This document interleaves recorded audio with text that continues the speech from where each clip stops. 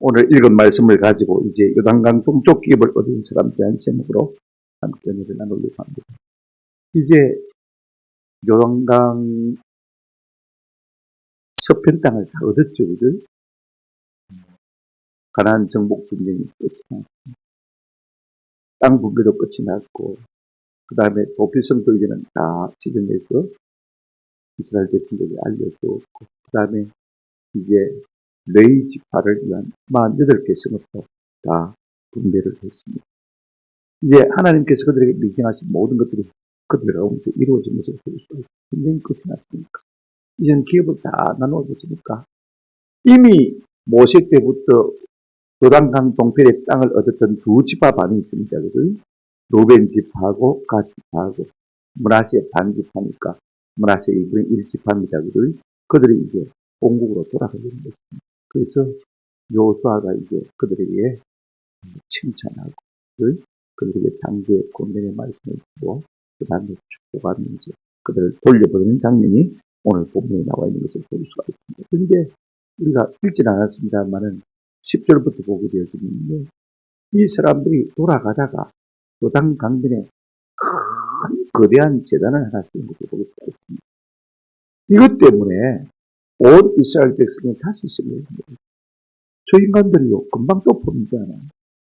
실로 외에는 다른 산을 사람은 안 되는데 그들이 요단 강가에 또 다른 하나 세웠단 말입니다. 그러면 다른 제단에다가 번제를 드리고 하냐? 딱 긴장을 해서 이제 그들이 실로해 보여서 이제 그들과 싸우려고 하는 모습을 볼 수가 있습니다. 그런데 싸우기 전에 이제 사절단을 만들어서 그들에게 이제 보내고 그들이 왜 이런 일을 했는지 묻고 답하는 가운데서 오해가 풀리고 모든 결말이 선하게 정리되는 것을 우리가 볼 수가 있습니다. 그들이 이제 큰 거대한 제단을 쌓은 것은 다른 제사를 드리기 위함이 아니라 우리가 강을 사역인 채로 너무 오래 세월이 가버리면 우리 후손들이 잘 모르니까 전혀 다른 사람으로 알고 우리가 하나님 섬기는 것을 막을까 싶어서 염려해서 이것이 우리의 증거가 되게 하기 위해서 이 단어를 우리가 세웠다. 그래서 오해가 풀리는 것을 우리가 볼 수가 있습니다. 오늘 우리가 다 끝까지는 생각할 수 없겠고 시간이 되는 만큼 우리가 하나씩 정리를 하십시다. 첫 번째로 이제 여호수아가 이스라엘 백성을 대표해서 이 가나안 정복 전쟁에 참여했던 두 지파 반 그들은 이미 요단강 동편의 땅을 얻었습니다만 이제 모든 땅의 분배가 끝났으니까 그들을 돌려보는 것이 자연적인 순서가 아니겠습니까? 여러분 한번 생각해 보십시오. 7년 반 동안 동고동락을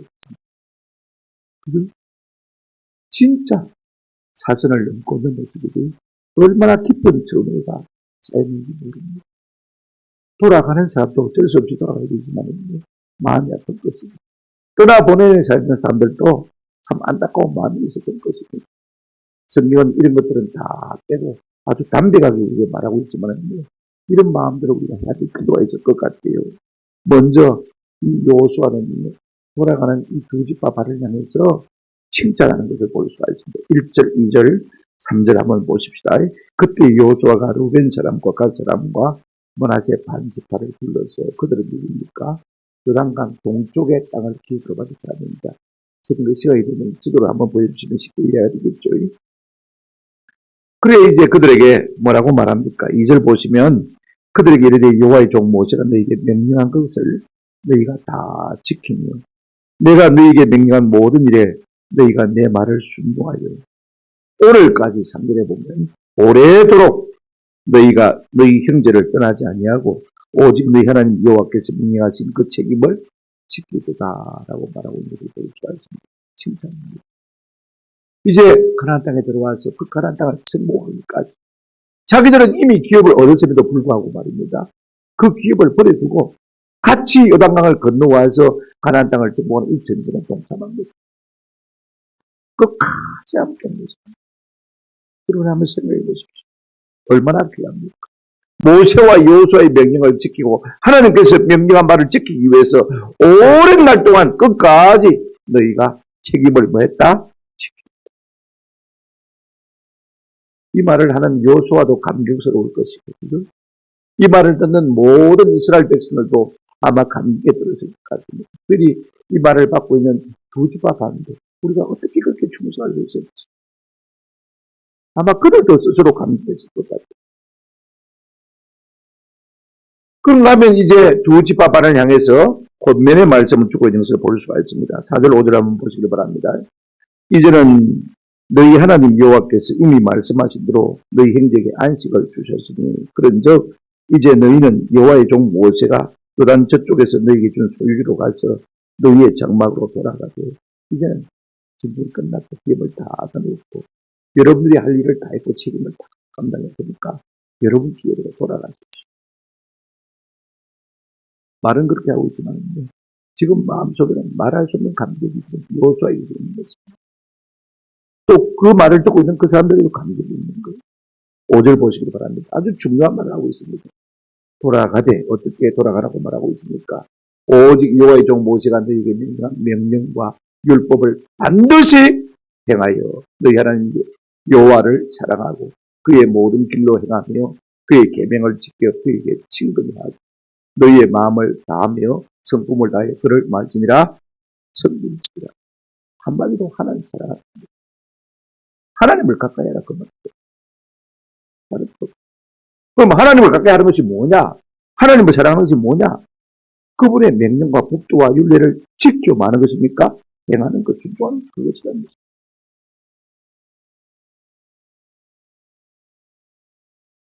지금 이제 그들은요, 이 요단강 동편은 하나님께서 아브라함에게 약속하신 약속에 당한 날입니다.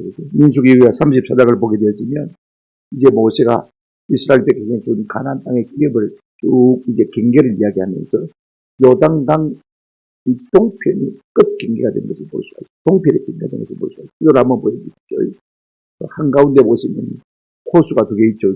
그 위로 딱 해서 선을 딱 그으면요. 그 왼쪽 편이 가나안 땅입니다. 하나님 주신 이스라엘 백성입니다. 오른쪽 땅을 지금 이제 두 집합이 얻고 있는데 말입니다. 이것은 그들이 하도 이 땅을 우리에게 달라고 모세에게 청원하니까 그냥 덤으로 준 것입니다. 하나님이 정하신 경계는 아브라함에게 말씀하신 경계는 저 위에 갈릴리 호수가 있고 밑에 사이가 있는데 그 선을 따라서 요단강을 따라서 아래 위에서 아래로 쏘는 거기가 경계선인 거죠. 그러니까 그 위에 편의 지주경까지가 하나님께서 그들이 주신 가나안 땅의 경계인 것입니다. 근데 덤으로 지금 그들은요 경계 밖의 땅을 얻고 있는 것을 볼 수가 있습니다. 왜 하나님께서 이 루벤 지파와 갓 지파와 므낫세 2분의 1 지파에게 이 오른쪽에 있는 땅을 주었느냐. 그 배경이 민수기 32장에 있습니다. 32장 1절부터 제가 읽어드릴게요. 여러분 한번 들어보시기 바랍니다.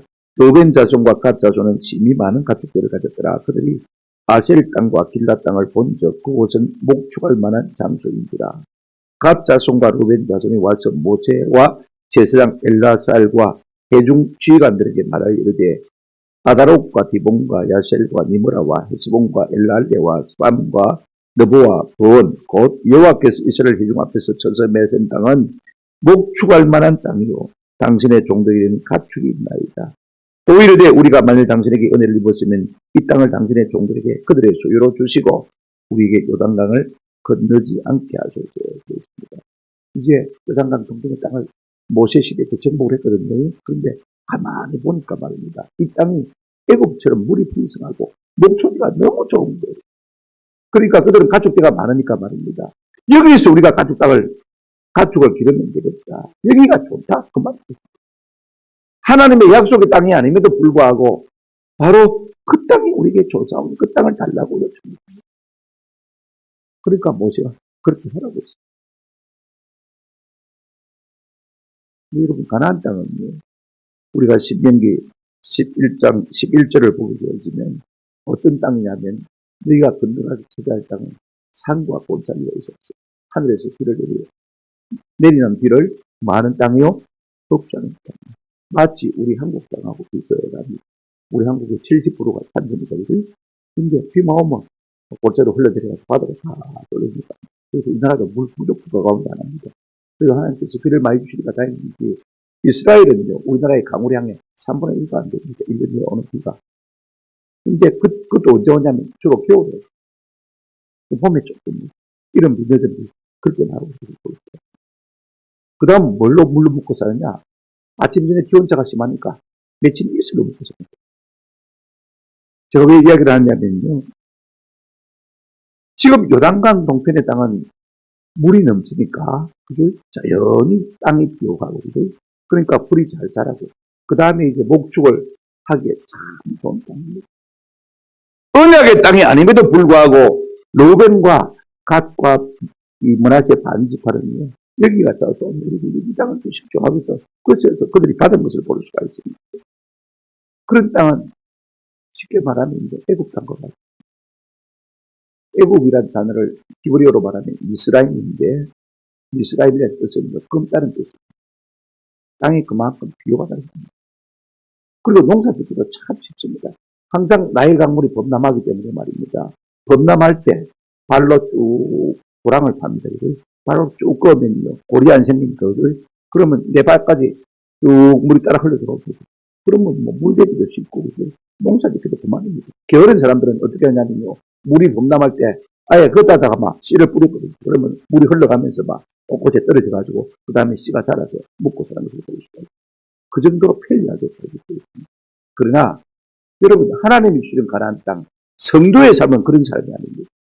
있는 것으로 먹는 것이 아니라 한번 따라합시다. 하나님이 주셔야 먹을 수 있는 사람들입니다. 이게 가나안 땅이고 이게 성도의 삶입니다. 참 중요합니다. 그럼에도 불구하고 한 가지 좋은 것은요. 새초부터 새말까지 하나님이 함께 하시는 땅이 바로 가나안 땅. 무슨 말이냐 하면요. 하나님이 공부하시는 땅입니다. 그래서 우리가 말씀으로 살면 하나님이 그 땅을 공부하셔서 때를 따라 잊어버린 것들을 적당하게 주셔도 그러면 우리가 풍년을 맡게 되는 것입니다. 먹고 살고 소출이 남을 수 있는 것입니다. 쉽게 말하면 하나님만 바라보고 말씀대로 순종하며 살면 내가 복을 줄 것이고 그렇지 않으면 광이다. 지금 그 말씀입니다. 근데 지금 로벤파와 갓파와 므낫세 반지파는요. 그런 거 없고 그냥 자연적으로만 그냥 자연의 복을 따라서 우리가 그냥 잘 먹고 잘 사는 것만 참 중요하다. 그렇게 생각하고 먼저 그 땅을 우리 땅이라고 찜한 것을 볼 수가 있습니다. 그럼 성도는 또 가나안 땅은 애초부터 하나님을 떠나서 것이거든요. 내가 하나님께 붙어 있어야만 하나님이 복을 주셔야만 잘 살 수 있는 거예요. 성도의 삶이 그렇습니다. 여러분 특별히 하나님께서 물질로 봉사하도록 하시기 위해서 물질의 복의 은사를 주신 사람이면 교회에 그렇게 큰 부자가 없습니다. 뭐 우리 교회만 없는 게 아니고 다른 교회도 다 마찬가지입니다. 고만하게 잘 살아가는 사람들이 있죠. 왜 그러냐면 이 땅에서 우리가 살 동안 잘 먹고 잘 사는 것이 목적이 아니거든요. 하나님 앞에 순종하면서 하나님만 바라보고 살라고 하나님께서 때를 따라 이름들 다 적당한 것입니다. 저도 하나님 앞에 돈 좀 여유 있게 주시고 늘 그렇게 기도합니다만 다 그달 살아갈 만큼만 하나님 이번 달에 50만 원 모자라는데 딱 50만 원 채우고 10만 원 모자라는데 10만 원 딱 채우고 5만 원 모자라는데 딱 5만 원 채우고 절대로 남기는 거죠. 그래서 매 순간 돈을 위해서 하나님 앞에 의지하지 않으면 안 될 정도 그렇게 만들어가신 거죠. 이게 성도의 삶입니다. 그래서 그냥 하나님과 동행하며 살다가 천국에 가서 온전한 생활을 누리고 하는 것이 우리를 향하신 하나님의 무엇이라고요? 뜻이고 계획이라는 사실인 것입니다. 자, 이제 요단 정복 전쟁도 끝났고 땅 분배도 끝났습니다. 그래 이제 요단 동편으로 가면 적과 꿀이 흐르는 땅하고 비슷합니다. 그죠? 진짜로 뭐 그냥 애국 땅하고 비슷합니다. 요소는 마음속에 어떤 생각을 하고 있습니까? 저들이 틀림없이 요단강 동편에 가서 땅이 주는 것으로 잘 먹고 잘 살면 하나님은 약속해 있다는 것이 그걸 아는 모세도 알았듯이 말입니다. 여호수아도 지금 그 백성의 상태를 잘 알고 있습니다. 그래서 5절에 뭐라고 말하고 있습니까? 오직 여호와의 종 모세가 너희에게 명령한 명령과 율법을 반드시 행하여 너희 하나님 여호와를 마고요 사랑합니다. 하나님을 사랑하는 게 뭡니까? 말씀을 따라 순종하며 사는 것. 그 하나님을 사랑하는 겁니다. 마음과 성품을 다하는 것인 것. 다 같은 말이에요. 여러분 우리가 하나님을 사랑한다고 할 때 무엇으로 하나님 사랑을 증명할 수가 있습니까? 그분의 말씀을 따라 순종하는 것으로 우리가 하나님이라는 것을 증명할 수 있는 것입니다. 그러면서 같은 말을 반복해서 말하고 있습니다. 너희의 마음을 다하며 성품을 다하여 그를 섬길 것이라 해놓고 그 앞에 보시면요. 그의 계명을 지켜 그에게 하면 따랐다. 친근히. 이 단어가 좋은 단어입니다. 따박한 단어인데 친근이랍니다. 이게 창세기 2장 24절에 나와 있습니다. 이 단어가 뭐라고 했냐면 이렇게 말하고 있습니다. 이러므로 남자가 부모를 떠나 그 아내와 합하여 둘이 한 몸을 이루게 된다. 아내와 합하여, 아내와 연합하여 할 때 이 단어가 친근이 합니다. 그 다음에 따박한다는 겁니다. 더 구체적인 표현이 어디에 나와 있냐면요. 우리가 룻기서 1장 14절을 보시면 이제 룻이 두 며느리들은 돌아가라고 말합니다. 14절에 이렇게 말하고 있습니다. 돌아가라 하니까 그들이 소리 높여 다시 오더니 오르바 큰 며느리는요. 그의 시어머니에게 입맞을 때 돌아갔다 그 말이죠. 그 다음에 룻 둘째 며느리는 어떻게 했습니까? 그를 뭐였더라? 붙쫓았다. 무슨 말입니까? 딱 달라붙었다 그 말.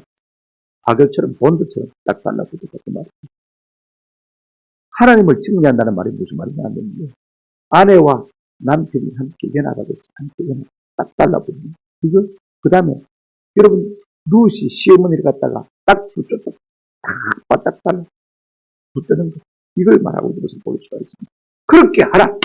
그래야 너희가 잘못되지 않을 것이다 라고 권면하고 있는 것을 볼 수가 있습니다. 그러면서 뭐 하고 있습니까? 세 번째로 축복하고 있는 것을 볼 수가 있습니다. 6절 한번 보시기 바랍니다. 여호수아가 그들에게 축복하여 보내니 얼마나 감격스럽습니까? 축복 기도가 절로 나오는 것이고 7년 반 동안 정복 부분에서 생사고락을 같이 한 성도들입니다. 자기들은 이미 기업을 얻었음에도 불구하고 다른 지자들 기업을 얻게 하기 위해서 말입니다. 부모, 형제, 자녀들 다 처자식 다 버려두고 와서 7년 반 동안 군대 생활을 해주니까 얼마나 참 고맙습니까? 그래서 절로 아마 마음속에 축복이 우러났을 것입니다. 어떻게 축복했습니까? 7절, 8절 보시기 바랍니다. 여호수아가 그들을 그들의 장막으로 돌려보낼 때 그들에게 축복하고 또 말하여 이르되 너희는 많은 재산과 심이 많은 가축과 은과 금과 구리와 새와 심이 많은 의복을 가지고 너희의 장막으로 돌아가서 너희의 원수들에게 탈취한 것을 너희 형제와 나눌지라. 가나안 땅을 정복하면서 얻은 전리품들을 다 가지고 가서 너희 형제와 나누어. 아니 고전 우리가 하고 우리가 형제가 나누는데 우리가 그렇게 말할 수 있습니다만 그들도 그곳에서 우리를 위해서 기도했으니까 같은 축복을 만나겠습니까? 같은 사랑을 가지고 같이 나누라. 이 전통은 민수기 31장을 보면 모세가 그렇게 세운 것을 볼 수가 있습니다. 그래서 모세 법대로 순종해라고 했습니다. 그래서 9절에 보면 어떻게 말하고 있습니까? 로벤 자손과 갓 자손과 므낫세 반 지파가 가나안 땅 실로에서 이스라엘 자손을 떠나 여호와께서 모세에게 명령하신 대로 받은 땅 그들의 소유주의 빌라스로 갔다. 그런데 우리가 10절부터 보시게 되면 이제 조금 다른 상황이 전개되는 것을 볼 수가 있습니다. 두 번째 단계입니다만은요. 그들이 가다가요. 요단 강변에 모이셨냐면 참 볼만한 거대한 큰 제단을 하나 만들었습니다. 10절 한번 같이 읽어보십시오. 10절 예. 로벤 자손과 므낫세 반 지파가 가나안 땅 요단강 언덕가에 이르자 거기서 요단가에 제단을 쌓았는데 보기에 큰 제단이었습니다. 볼만한 제단, 큰 제단, 혹은 눈에 띄게 큰 제단 이렇게 번역할 수 있을 것 같습니다. 이렇게 번역하는 게 가장 좋을 것 같아요. 보기에 큰 제단이 아니라 눈에 띄게 큰 제단 이렇게 번역하는 게 좋을 것 같습니다. 엄청나게 큰 제단을 만들었습니다. 어디서 봐도 눈에 한눈에 딱 들어올 정도로 크다란 제단을 쌓은 것을 볼 수가 있습니다. 여러분 우리가 번제물을 드린 게 있어요. 그렇게 큰 제단을 쌓을 필요가 없어요. 이게 불편하지 않습니까? 내 키만큼 되면 참 좋은데 그지? 근데 큰 제단이니까 높이 쌓아야 되니까 사실은 우리가 번제를 드리고 쌓은 것은 아닌 것을 우리가 짐작해 볼 수가 있습니다. 여러분 왜 그들이 돌아가다가 번제를 쌓아? 나중에 우리가 생각하겠지만 미리 한번 생각해 볼 필요가 있을 거예요. 이제 그들이 축복을 받고 요단강 동편 땅으로 이제 그들의 길으로 돌아갑니다. 돌아가다가 가만히 생각해서 보니까 우리가 이번 재단을 하나 쌓게 되겠다. 그래서 큰 재단, 눈에 띄는 재단 하나 쌓게 되겠다. 왜 쌓게? 그래서 우리가 미리 한번 생각해 보겠습니다. 지금 그들은요, 하나님이 약속하신 가나안 땅의 경계를 넘어서 요단강 동쪽으로 지금 가고 있습니다. 그죠? 약속의 땅이 아니라는 걸 그들도 어느 정도 생각하고 있습니다. 그들의 물질적인 욕심 때문에 어디로 가고 있습니까? 그들이 목초하기에 편한 가나안 땅 동쪽 약속의 땅 밖으로 가고 있습니다. 그러니까 여러분 전쟁에 이겨서 땅을 얻고 복을 받아서 가지만 뭔가 불안해요. 하나님의 재단에서 멀어지는 것이 뭔가 좀 불안해요. 또 우리의 마음에 들으면 때로는 물리적 고리하고 상관이 있습니다. 관계가 있습니다. 우리가 무슨 일을 하는데 마음에 좀 은근히 불안해. 그죠? 대부분이 경우에 왜 그러냐? 이스라엘 백성들 다 비추고 보는 거예요. 내가 말씀대로 산다고 하지만은 그들은 내 속에 뭐가 있습니까? 욕심이.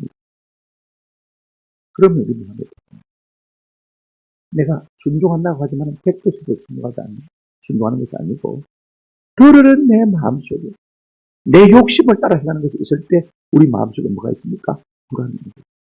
그러니까 큰 재단을 세우는 것입니다. 쉽게 말하면 무슨 말이냐면요. 이상하게 내가 하나님과 멀어지고 있다는 느낌이 갑니다. 뭔가 불안하니까 지금 그들이 가다가 중간에 뭘 세웠습니까? 눈에 띌 만한 재단을 세운 것을 볼 수가 있습니다. 이것 때문에 어떤 일이 일어납니까? 11절 한번 보시기 바랍니다. 이스라엘 자손이 들은 적 이르기를 루벤 자손과 갓 자손과 므낫세 반 지파가 가나안 땅의 맨 앞쪽 요단 언덕과 이스라엘 자손에게 속한 쪽에 제단을 쌓았답니다. 12절 이스라엘이 자손이 이를 듣자 곧 이스라엘 자손의 온 회중이 실로에 모여서 그들과 싸우려 가려 하니라. 이렇게 말합니다. 그들이 돌아갔는데 들리는 소문이 뭐냐면 요단강편 이스라엘 쪽에다가 큰 제단 하나 쌓았다는 거예요. 그래서 가만히 생각해보니까 그러면 이게 실로의 해막이 있는데 그들이 그럼 실로에서 땅을 분배하고 실로에서 지금 축복과 그들을 보냈지 않습니까? 이스라엘 백성의 중심입니다. 이 영적 중심입니다. 하나님께서 성막을 실로에 들어가고 있습니다. 그러면 실로가 아니고 저기다 제단을 쌓아놓고 거기다가 예배를 드릴 것인가? 다른 제사를 드릴 것인가? 그러면 안 되지. 이스라엘 백성이 그렇게 생각한 것입니다. 그래서 지금 갓 돌아간 두 집밥 반하고 싸우려고 지금 혈기가 좀 분기가 탱천해서 말입니다. 실로에 모인 것을 볼 수가 있습니다. 중요한 것은 왜 그들이 지금 화를 내고 있는 것입니까? 왜 분기가 탱천한 것이냐? 지금 돌아간 두 집밥 반이 명백하게 신명기의 말씀을 위배하고 있기 때문에 모세가 설교한 것이 신명기 아닌 네 번 설교한 것이죠. 어떤 사람은 설명이라고 하기도 합니다만 12장부터 쭉 계속해서 나오는 것이 모세의 두 번째 설교인데 12장에 보면 예배에 대한 가장 중요한 교훈이 있습니다. 아무 데서나 제사를 드리지 말고 내 이름을 두르고 택한 곳에 가서 너희가 뭐해라? 제사를 드리라. 16장에도 6번이나 동일하게 말씀하고 있는 것을 우리가 볼 수가 있습니다. 12장에 한번 제가 읽어보겠습니다. 12장 5절을 보시면요. 오직 너희 하나님 여호와께서 자기의 이름을 두시려고 너희 모든 집파 중에서 택하신 곳인 그 계실 곳으로 찾아 나아가서 거기서 너희 예물을 드리고 번제를 드리라고 했습니다. 하나님께서 정하신 택하신 장소가 있다는 것입니다. 그곳이 어디입니까? 지금은 실로거든. 나중에는 예루살렘으로 바뀌지만은 말입니다. 그곳에 와서 제사하고 예배하라고 있는데 지금 그들이 그쪽에다가 제단을 세워주니까 틀림없이 제단이 두 개가 있습니다. 그 말입니다. 그러니까 이 큰일 나요. 아직 잉크도 안 말랐는데 또 얻으려고 그러냐?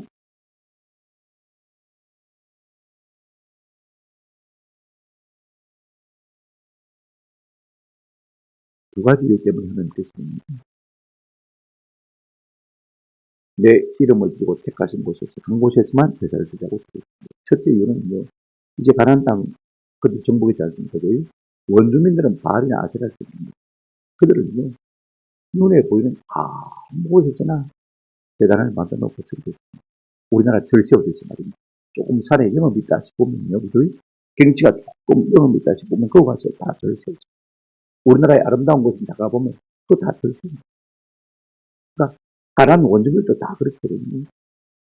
그러면 곳곳에 다 너희가 가서 예배하고 괜찮다고 생각하는 곳에 예배하면 어떻게 되겠냐? 그들 신앙이나 조금 더 다를 것 같게 되어지고 그러다 보면 신앙이 변질되는 거죠. 우상숭배 길로 나아가게 되어지고 가난한 종교 혼합되기 때문에 하나님께서 이것을 아시고요. 한 곳을 지정하셔서 한 곳에 모이다 하십니다. 그 중요한 영적인 이유가 있습니다. 우리가 왜 한 곳에 모여야 되느냐? 우리가 왜 자꾸 뭡니까? 요즘 말하는 온라인 예배 드리면 안 되느냐? 이 원리가 여기 있습니다. 한번 더 합시다. 하나님의 백성의 연합을 위해서입니다. 우리가요, 안 보이면 눈에서 멀어지면 마음도 멀어지면 맞습니까? 하나가 안 돼요. 우리가 예배하다가 한 성령을 먹고 마시게 되어지면 내게 주신 성령이 저를 가운데 또 발견나고 되거든요. 그리고 그 성령이 우리를 하나 되게 뭐 하십니까? 먹고 가시는 거죠. 성경에 보면 뭐라고 했습니까? 성령이 하나 되게 하신 것을 말아 힘써 지키라고 했거든요. 성령은 우리 가운데 계시면서 우리를 하나 되게 하시는 겁니다. 아멘? 우리가 한 곳에서 예배할 때 우리 가운데 거하시는 성령께서 우리가 모르게 하나님께서 우리를 마음으로 하나로 먹고 있죠. 우리가 은혜를 받으면 진짜 연합되는 것을 느낄 수가 있어요. 내하고 별로 말도 안 섞은 사람이라도 그냥 손을 저를 위해서 축복해 주고 싶어요. 저를 위해서 뭔가 주고 싶어요. 마음이 불같이 오르다는 거죠. 그때 성령이 가운데 역사하시는 거죠. 그래서 우리를 하나 되게 만들어주는 거죠. 그래서 우리가 한 곳에 모이는 것. 이것이 참 중요해요. 그걸 위해서 하나님께서 한 곳에 모이라고 했는데 지금 두 집과 반이 떨어져 나가면서 어떻게 했습니까? 또 다른 곳에다가 뭘 세웠습니까? 보기에 눈에 띌만한 크다란 재단을 세운 것을 볼 수가 있습니다. 하나 오리지널은 어디 있습니까? 실로에 있는데 가리지널로 지금 또 어디 세웠습니까? 요단 강변에다가 크게 하나 세운 것을 볼 수가 있습니다. 그러니까 이것은 정면으로 모세의 율법을 이겨야 되는 것입니다. 우리가 불순종하다가 그만큼 지었으면 또 너희가 불순종해서 우리 가운데 저주가 임하게 됩니다. 지금요, 이 남은 9집과 반의 마음이 불이 탑니다. 그래서 어떻게 했습니까? 대제사장 엘라사의 아들 비나스를 갖다가 사절단 대표로 삼고 이제 9집과 반이 있지 않습니까? 그 집파의 청부장 한 명씩에서 11명이 사절단이 되어가지고 이제 요단 강변을 건너갑니다. 그들에게 가서 이제 설득을 합니다. 너희가 왜 이런 일입니까? 두 가지 합니다. 평사를 조직하고 그죠? 그 다음에 또 하나는 가서 그들에게 자초지종을 묻고 조사하는 것을 볼 수가 있습니다. 15절 16절 한번 보시기 바랍니다. 13절 14절 먼저 읽겠습니다. 이스라엘 자손이 제사장 엘라살의 아들 비나스를 길랏 땅으로 보내어 루벤 자손과 갓 자손과 므낫세 반 지파를 보게 하되 이스라엘 각 지파에서 한 지도자씩 10지도자들을 그와 함께 하게 하니 그들은 각기 그들의 조상들의 가문의 수령으로서 이스라엘 중에서 청부장이다. 이스라엘 지파들 가운데서 리더십을 가진 10사람을 뽑고 그 다음에 비나스가 대표가 되고 해서 11명이 이제 그 두 지파 반이 있는 요단강 동편으로 이제 가서 그 다음에 이제 15절 16절 어떻게 설득합니까? 그들이 길랏 땅에 이르러 루벤 자손과 갓 자손과 므낫세 반 지파에게 나가서 그들에게 말하기를 여호와의 온 회중이 말하기를 9지파 반이 말한다 그 말이죠. 너희가 어찌 이스라엘 하나님께 범죄하여 아예 범죄라고 지금 지적하고 있는 것을 볼 수가 있습니다. 오늘 여호와를 따르는 데서 돌아서서 너희를 위하여 제단을 쌓아 너희가 오늘 여호와께 거역하고자 하느냐. 왜 다른 제단을 쌓았느냐 그 말이죠. 왜 다른 곳에서 예배하려고 하느냐 그 말인 것입니다. 한 곳에서 진로에서 우리가 하나님을 예배하고 한 제단에서만 하나님을 섬기게 되는데 우리가 그렇게 해서 연합해야 되는데 왜 자꾸 우상 숭배하는 사람들이 그렇게 하느냐 그 말인 것입니다. 이것이 하나님을 거역하는 죄라는 것을 내가 모르느냐? 그러면서 두 가지 제안을 합니다. 17절 18절에 보면요. 우리가 언약을 어기면 언약을 어긴 사람만 망하는 것이 아니라는 것입니다. 우리 가운데 누가 한 사람 앞에 불순종하게 되어지면 그 사람의 불순종을 말미암아서 우리가 다 단체 기업을 받는다는 것입니다. 이것이 아주 중요한 사상입니다. 여러분, 교회에서 아주 중요한 사상. 자, 보실까요? 성경 17절 18절. 보울의 제약으로 말미암아 여호와의 회중이 재앙이 내렸으나 오늘까지 우리가 그 죄에서 정결함을 받지 못하였거늘 그 죄악이 부족하여서 오늘 너희가 돌이켜 여호와를 따르지 아니하고 하느냐. 너희가 오늘 여호와를 대역하면 내일은 그가 이스라엘 온 회중에게 마시리라 진노하시리라. 몇 사람이 죄를 짓는데 왜 이스라엘 백성 전체가 망하는 것입니까? 지금 그 이야기를 하고 있는 것이 뭘까요? 두 지파 반 너가 가서 이렇게 딴 곳에서 재단을 쌓으면 하나님이 반드시 우리 전체를 망하게 하십니다. 바알볼의 사건 기억 못하는 얼마 전 사건 아니죠. 이제 광야 40년 생활이 끝났습니다. 이제 모압 평지에 와 있습니다. 요단강만 건너면 이제 가나안 땅입니다. 그런데 여러분, 미디안 사람들이 유인들이 있었습니다. 어떻게 했습니까? 유인들을 보내가지고 그들을 초청하게 만들었습니다. 술을 마시고 그 다음에 술이 만땅 되니까 우리 바알볼에다 절하자. 그럼 내가 동침해주지. 그래 유인들을 써가지고 물어버려요. 아마 제 생각에는 시몬 지파가 다 정도로 그랬어요. 왜냐하면 시몬 지파가 원래는 첫 인구조사 때는 53,600명이 넘거든요. 근데 2차 인구조사 하면 보면 23,300명밖에 없어요. 그게 한 35,000명이 다 없어요. 그때 하나님께서 온유로 이스라엘 백성을 치셨는데 몇 명이 죽었다고 했습니까? 24,000명이 죽었다고 했거든요. 다니엘 사건으로서 가장 많이 죽은 사건이 바로 이 사건입니다. 하나님께서 그만큼 우상 숭배와 음행을 좋아하지 않는 것을 보여주다. 그것 때문에 하나님께서 그렇게 진노하십니다. 죄는 용서하셨지만은 그 죄에 대한 상처가 아직도 우리 가운데 남아있어서 지금 아무리도 않고 있는데 너희가 또 하나님 앞에 죄를 지으면 우리 모두가 또다시 당하지 않느냐. 지금 그 이야기를 하고 있는 것을 보여주세요. 또 하나 이해가 있습니다. 20절 한번 보세요. 20절. 같이 읽겠습니다. 시작. 세라의 아들 아간이 온전히 바친 물건에 대하여 범죄함으로 이스라엘 온 회중에 진노가 임하지 아니하였느냐. 그의 죄악으로 멸망한 자가 그 한 사람만이 아니었느니라. 합니다. 여호수아 7장 이야기하고 있습니다. 한 7년 전에 이야기하고 있는 것입니다. 여리고 성에 있는 것은 처음 것이기 때문에 하나님께 온전히 바치라고 그것을 바친 물건이라고 했는데 그 여리고 성에 있는 바친 물건 가운데 금덩어리 탐이 났어. 지나서 애토가 탐이 났어. 은이 탐이 났어. 아간이라는 사람이 어떻게 했습니까? 하나님 앞에 바치지 않냐고 그것을 어떻게 했습니까? 가져와서 자기 장막밑에 숨겨줘요. 그 일로 말미암아서 여러분 자그마한 아이스 하나 주는데 이스라엘 군사 36명이 전사를 했습니다. 자기만 죽었습니다. 아닙니다. 자기 식구들 다 죽었습니다. 아들들, 딸들 다 죽었습니다. 자기 가족들 돌에 맞아 다 죽었습니다. 무슨 얘기를 하고 있는 것입니까? 아간 한 사람이 범죄했지만은 이스라엘 백성이 단체 기합을 받지 않았느냐? 여러분, 교회는요, 단순한 조직체가 아닙니다. 교회는 유기체입니다. 몸이라 그 말이죠. 여러분, 몸 어디가 아프면요, 내가 손이 아프면 손만 아픕니다. 다 아프죠. 왼쪽 어깨가 아픈데, 허리까지 막, 왼쪽 발까지 다 아프죠. 몸 어디 하나 아프면요, 다 아프죠. 이게 유기체거든요. 몸은 하나 있거든요. 여러분, 교회는 그냥 단체가 아닙니다. 그냥 조직체입니다. 한 사람이 범죄하면요, 하나님께서 반드시 단체 계약으로 매를 드시는 것을 볼 수가 있어요. 그래서 우리가 아프고 아직까지도 우리의 제 상처가 아물지 않았는데 또 너희가 이와 같은 큰 죄를 지어서 하나님의 진노를 사게 만드느냐. 그러니까 지금 남은 9지파 반이요. 불같은 마음으로 지금 그들에게 설득하고 있는 것이죠. 우리가 또 하나님 앞에 지어 터져야 되겠다는 것입니다.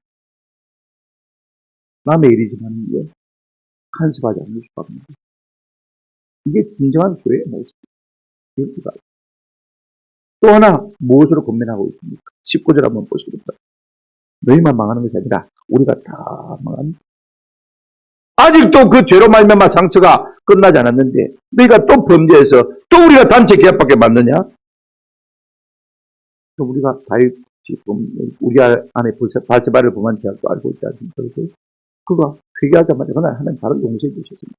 그러나 제 버릇은요, 다 고스란히 우리가 받으면서 우리가 잘 알고 있지 않습니까? 그 고통이, 그 상처가 아직도 남아있는데 또 너희가 죄를 지어서 온 이스라엘 백성 가운데 고통을 안겨주고 있는 19절 말씀 또 하나 중요한 설정을 하고 있는 것을 볼 수가 있습니다. 같이 한번 읽어보시겠습니다. 저는 이 19절 말씀이 참 좋더라고요. 다시 읽을까요? 시작. 그런데 너희의 소유지가 만일 깨끗하지 아니하거든 여호와의 성막이 있는 여호와의 소유지로 건너와 우리 중에서 소유지를 나누어 가질 것입니다.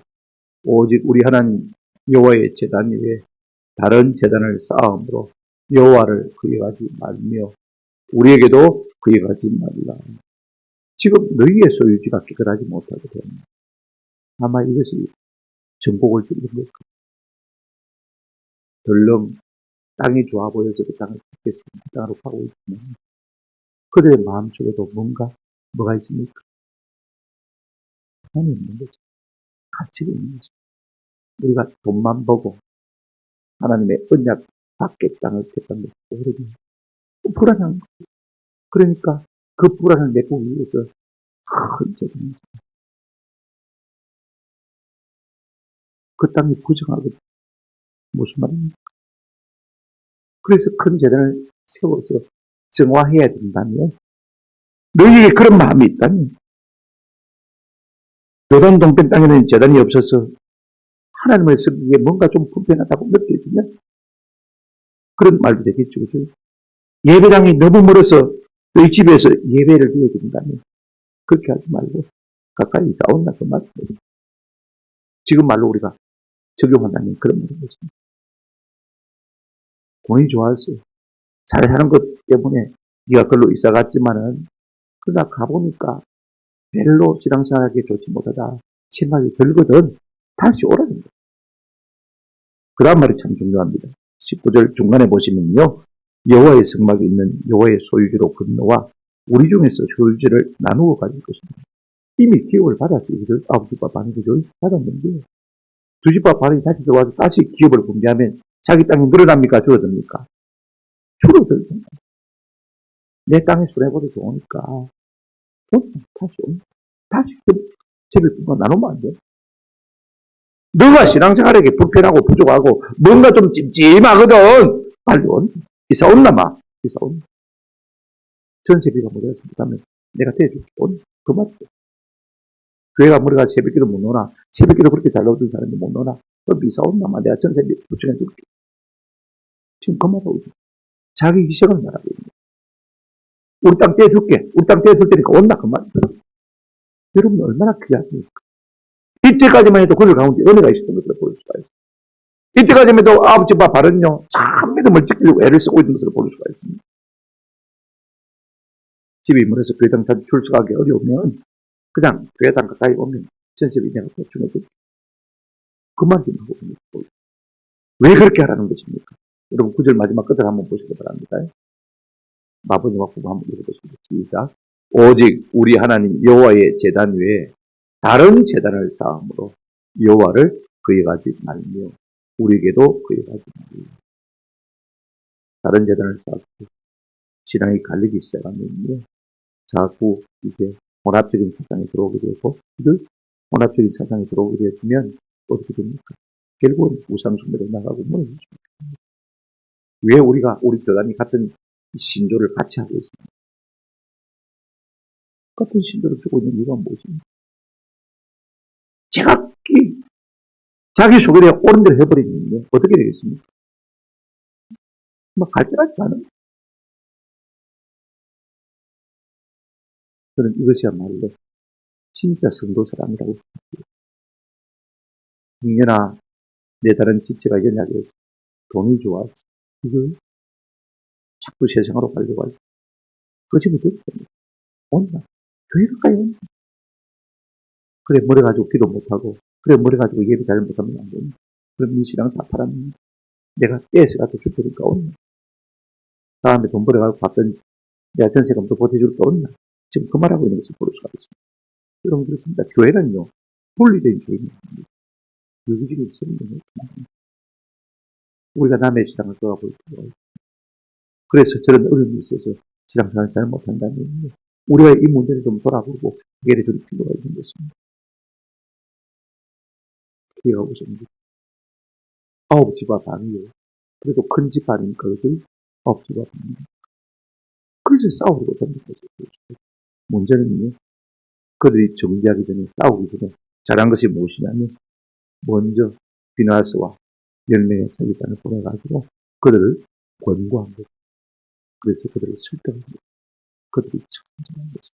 오늘 교회 안에 부족한 사람이 있는데, 우리가 그들을 정지하고 심판하기보다는 먼저 그들을 찾아가서 권고하고, 그들을 하나님의 말씀으로 바르게 지도하는 것이 필요할 것 같습니다. 그 다음에 이제 우리가 21절부터는 주일 오후에 한시만 할까 생각합니다만, 이 부분도 너무 중요합니다. 이제 오해가 풀려지긴 합니다. 해피엔딩으로 끝나긴 합니다만은요, 여기서 우리가 얻을 교훈들이 너무 많은 것을 볼 수가 있습니다. 다음 주일 오후에 이 마지막 부분 말씀을 정리하도록 하겠습니다. 꼭 한 가지 기억하십시오.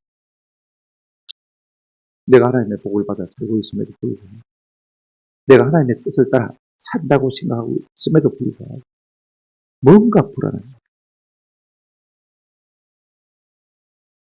뭔가 더 해야 될 것이 있는 것 같습니다.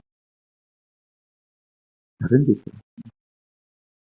그럼에도 불구하고 우리가 우리의 욕심을 따라가고 있는 것을 좀 발견해내는 은혜가 있습니다.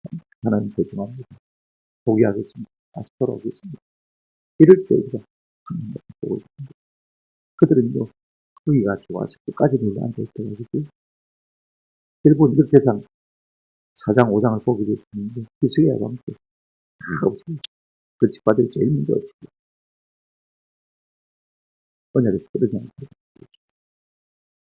여러분, 물리적인 거리가 마음의 기회가 생깁니다. 교회에서 멀어지면 신앙도 멀어질 수밖에 없는 거죠. 성도와 멀어지면 멀어질 수밖에 없는 거죠. 말씀과 멀어지면 영적인 거리도 멀어질 수밖에 없는 거죠. 여기가 인생이 약하기 때문에 그러므로 할 수만 있습니다. 교회도 가까이, 예배도 가까이, 말씀도 가까이, 성도도 가까이 할 수 있는 은혜가 있기를 주님의 이름으로 축원합니다.